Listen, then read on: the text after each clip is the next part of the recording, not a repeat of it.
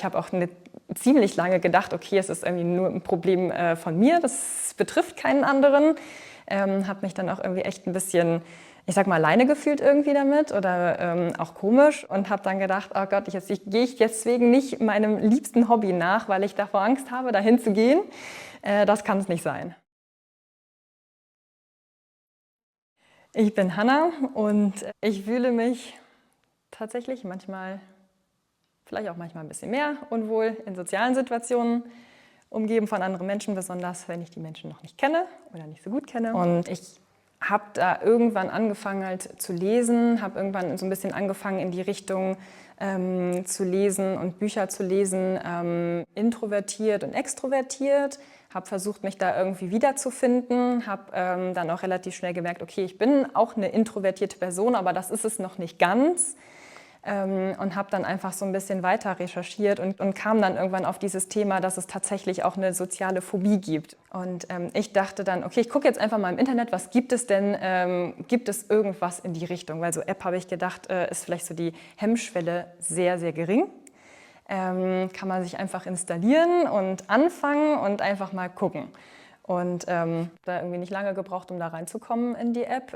Ich fand sehr schön und gut gemacht, dass es diese Intro-Kapitel, nenne ich es jetzt mal, gegeben hat, wo man auch erstmal einfach noch mal ein bisschen lesen konnte über die Hintergründe, woher das kommt, was es bedeutet und so weiter. Und dass man erstmal so ein bisschen ja, so Theoriewissen quasi nochmal an die Hand bekommen hat. Und genau, die Sachen habe ich dann zuerst alle durchgemacht und habe dann angefangen, die Übungen da drin zu machen und fand das alles sehr selbsterklärend. Stand auch immer schön dabei, was man machen soll und habe das mir vorher quasi aufgeschrieben da und habe dann in der Situation selber festgestellt, oh krass, das denke ich tatsächlich wirklich gerade. So wirklich auch so negative Gedanken irgendwie und habe dann gemerkt, okay, wenn ich das irgendwie ein bisschen zurückstellen kann und mich entspannen kann in der Situation, dann läuft es auch von alleine viel besser.